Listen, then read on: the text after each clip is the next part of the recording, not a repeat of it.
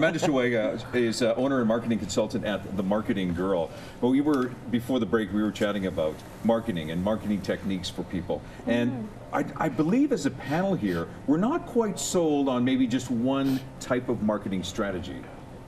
No, it's very much a holistic approach. You kind of have to look at where your audience is and how you can best communicate with them. But also kind of going back to the solopreneur or the small business, you sometimes have to put your best efforts where you're going to get the best return. So kind of going back to whether it's going to be print or digital or one or the other or both. I mean, ideally, it's great to do both, but you really have to focus on where you're going to get the best bang for your buck and really dedicate the time, because if you only have 2 hours a week to do marketing, is it best to be at a networking event, or is it best to be on social media, or is it best working on a digital print to go to printers and posting those around the community? But how do you find out though, Andrea? I mean, if you don't test the marketplace, I would suggest that personally, if you're a small business owner, I'd say test the market. Well, here's the thing though, again, it comes down to targeting your key client. Sure. It's the #1 first thing you need to do, because then you can say, well, okay, this is where my client is, and I know they're all on social media. So most of my people are on Facebook. So that when I first started my business, I started testing some ads through Facebook, and then I would, also increase my likes on my Facebook page, and then I would do these things called where you would sponsor and boost your posts so that other friends of people who liked it could see those posts. And I just sort of rapidly kind of, went wide with those people, and it caught on, and that's where a lot of my sales came from. So for me, as a small business owner with limited capital to put into marketing, because I have to be smart at what I'm doing, it's already proven to me that that's probably the best place right now for me to keep looking at. I'm not saying that there aren't other things, and there probably are in a later strategy of mine, but right now for me that's the best place.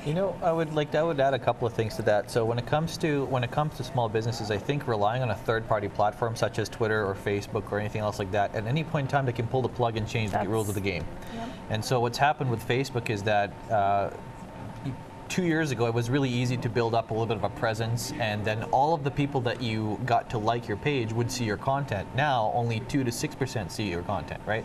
So Facebook is forcing small business owners to pay for boost posts and those kind of things. So you have to really kind of figure out what is it an asset that I own. And so like what I do is we always go from like the things that we own, and then everything else that falls outside of that circle is a nice to have. So for example, your website, your email list, and your blog are the 3 things that you should absolutely have as a business if you want. What are those 3 again? So your website, a blog, and a newsletter. Those are the 3 absolute musts that you own and you have control over. Like Facebook can shut everything down. And one more thing I would mention, when it comes to like diversifying things, so there's a hotel in Sydney, and I recently spoke at a conference about this. It's called 1888. And what they did is they decided to rebrand the hotel as an Instagram hotel. So basically, they have big panels in the lobby where you can see all of the photos that have been hashtagged with hashtag 1888. If you're an Instagram person that has over 10,000 followers, you get a night for free. Every week or month, they pick like 1 photo, and that person gets a free stay. The rooms are like made to have multimedia. So it's like, so they've really like put everything into Instagram, and that is the one thing that sets them apart. So I guess the other, like we talked about earlier, is like you can do all of these different things if you want to be strategic about it, or you can go in a completely different direction. Either do nothing or do only one thing. You and be really good at it. And be really good at it. That's the thing too. Yeah, that's exactly it. A lot of times people are trying to put their hands into Twitter, into Instagram, into Facebook, and it's very, as a solopreneur, you don't have a lot of time. So you really have to focus on what am I good at, right? And just going back to the Facebook, they change the rules on us small businesses all the time. But if you are communicating and building a brand on there with your people, and it's not just about selling. Facebook is not about just selling, it's about giving information to those people. And people start to watch your posts, and you can increase your the viewing of anything that you post. Sure, and you can see the numbers too. That's what's so great about the social media as well too.